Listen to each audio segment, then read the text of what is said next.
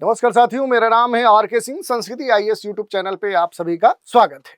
आज हम जिस विषय की बात करने वाले हैं वो है भारत की पहली under water twin tube road rail tunnel, और इसको अब देखें तो कैबिनेट की मंजूरी मिल गई है। तो इसी की बात करेंगे और इससे जुड़े हुए जो भी अहम पहलू हैं उन पर संक्षिप्त रूप से बात करेंगे। तो भारत का पहला जो under water tube road cum rail जो टनल प्रोजेक्ट है ये अब महत्वपूर्ण हो गया, क्योंकि इसे देखें तो आधिकारिक जो मंजूरी है वो कैबिनेट की मिल गई है। और इसी कारण से देखेंगे तो ये इस समय खास तौर पे पूरे देश में चर्चा का विषय बना हुआ है, क्योंकि आर्थिक मामलों की जो कैबिनेट समिति है उस समिति ने इसके लिए पूरी जो मंजूरी है वो दे दी है। लागत की बात करेंगे तो इस मेगा इंफ्रास्ट्रक्चर जो प्रोजेक्ट है इसकी अनुमानित जो लागत है वो 18,000 करोड़ से भी अधिक बताई जा रही है। निर्माण रोड की बात करेंगे तो इस परियोजना में महत्वपूर्ण तौर पे देखेंगे जो भी इंजीनियरिंग जो प्रोक्योरमेंट है और जो कंस्ट्रक्शन मोड है उसके तहत ये पूरा प्रोजेक्ट पूरा किया जाएगा, और कंस्ट्रक्शन पूरा होने में लगभग 5 वर्षों का समय लग सकता है, ये बात कही गई है। दूसरी बात देखिए, अगर इस पूरे महत्वपूर्ण संरचना की बात करेंगे तो इसकी जो भौगोलिक स्थिति है वो सबसे महत्वपूर्ण है, क्योंकि ये कहाँ पर मौजूद है तो ये असम राज्य में इसकी भौगोलिक अवस्थिति है। लगभग 34 किलोमीटर की कुल लंबाई के साथ देखें तो ये जो टनल संरचना है ये 2 पैरेलल ट्यूब और रोड और रेल ट्रैफिक के लिए डिजाइन की गई है। विशेषता क्या है इसकी, तो भारत की पहली under water road cum rail tunnel है और दुनिया की दूसरी ऐसी टनल ये मानी जा रही है।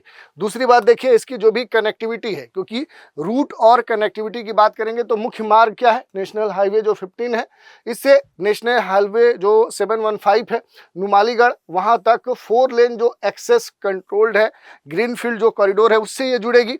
अंडर वाटर जो सेक्शन है इसके तहत ब्रह्मपुत्र नदी के नीचे आप देखिए 15.79 किलोमीटर की रोड कम रेल जो टनल है उस रूप में ये मौजूद है। वर्तमान मार्ग की बात करेंगे तो नेशनल हाईवे 715 जो नुमालीगढ़ से लेकर नेशनल हाईवे 15 जो गोहपुर है उसके बीच में मौजूद दूरी जो है लगभग 240 किलोमीटर है। वर्तमान मार्ग में काजीरंगा नेशनल पार्क या फिर कह सकते हैं विश्वनाथ शहर है, सीलघाट के पास देखेंगे तो कलिया भोमोरा रोड जो ब्रिज है वो भी शामिल है।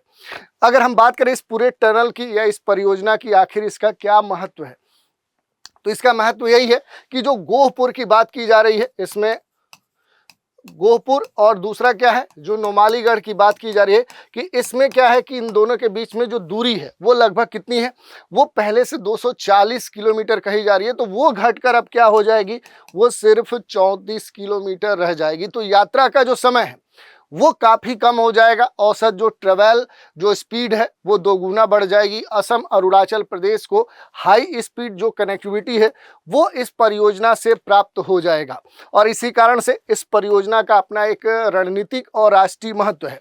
अगर राष्ट्रीय सुरक्षा के दृष्टिकोण से देखेंगे तो नॉर्थ ईस्ट के जो भी राज्य हैं वो तेज सुरक्षित जो कनेक्टिविटी है उससे जुड़ जाएंगे, जिससे सेना या फिर लॉजिस्टिक स्तर पे या आपदा प्रबंधन की स्थिति में बेहतरीन या खास लाभ प्राप्त हो सकता है।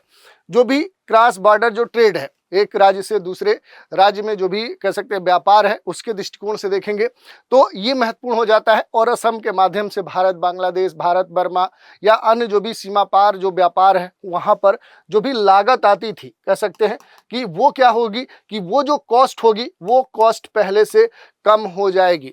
और अंतर्राष्ट्रीय दृष्टिकोण से देखें तो दुनिया की दूसरी road cum rail under water जो टनल है इस रूप में भारत की जो तकनीकी क्षमता है उसका भी ये प्रदर्शन करती है। तो इस कारण से देखेंगे तो इसके रणनीतिक महत्व है।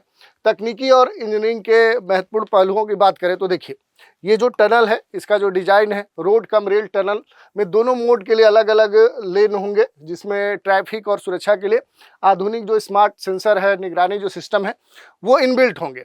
सुरक्षा उपायों की बात करें तो फायर अलार्म, स्प्रिंकल जो सिस्टम है, इमरजेंसी जो एग्जिट है या शेल्टर जो प्लेस है वो इसमें इनबिल्ट किए जा रहे हैं। वेंटिलेशन और जल निकासी के लिए अत्याधुनिक जो भी तकनीक हो सकती है उसका इस्तेमाल किया जा रहा है। और कंस्ट्रक्शन जो तकनीक है उसकी अगर बात करेंगे तो कट एंड जो कवर की बात की जा रही है, टनल जो बोरिंग मशीन है उस तकनीक का मिश्रण यहाँ पर देखने को मिल सकता है।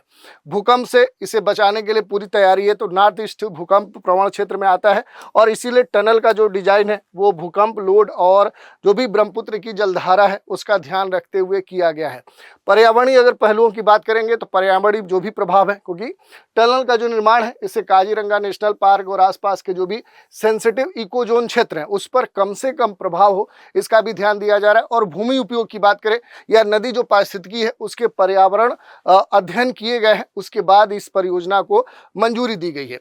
स्थानीय दृष्टिकोण से देखें तो स्थानीय जो रोजगार है, जो विकास है, क्योंकि परियोजना में स्थानीय जो मजदूर हैं, इंजीनियर्स हैं, उनकी भागीदारी को प्राथमिकता दी गई है, जिससे क्या हो कि रोड और रेल जो भी इंफ्रास्ट्रक्चर है उस कारण से आसपास के जो भी शहर हैं, गांव हैं, वहां पर जो भी आर्थिक गतिविधियां हैं वो पहले से बेहतर हो सके।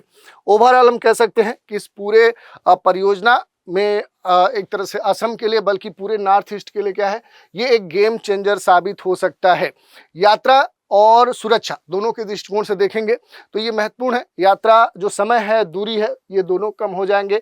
आर्थिक दृष्टिकोण से, पर्यटन के दृष्टिकोण से, पर्यावरण के दृष्टिकोण से, रणनीतिक दृष्टिकोण से देखें तो विभिन्न क्षेत्रों को ये जोड़ने का परियोजना काम करेगी और एक नया जो मार्ग है वो भी प्रस्तुत करेगी। तो इस तरह से पूरा हमने इस परियोजना के बारे में बात की। इसी पर आधारित एक प्रश्न है, भारत की पहली under water road cum rail tunnel किस राज्य में बनाई जा रही है? अरुणाचल प्रदेश, असम राज्य में, मिजोरम में या फिर मेघालय में? तो इस प्रश्न का उत्तर आपको कमेंट के माध्यम से देना है। तो आज के एपिसोड में इतना ही। आप सभी हमारे साथ बने रहें, इसके लिए धन्यवाद।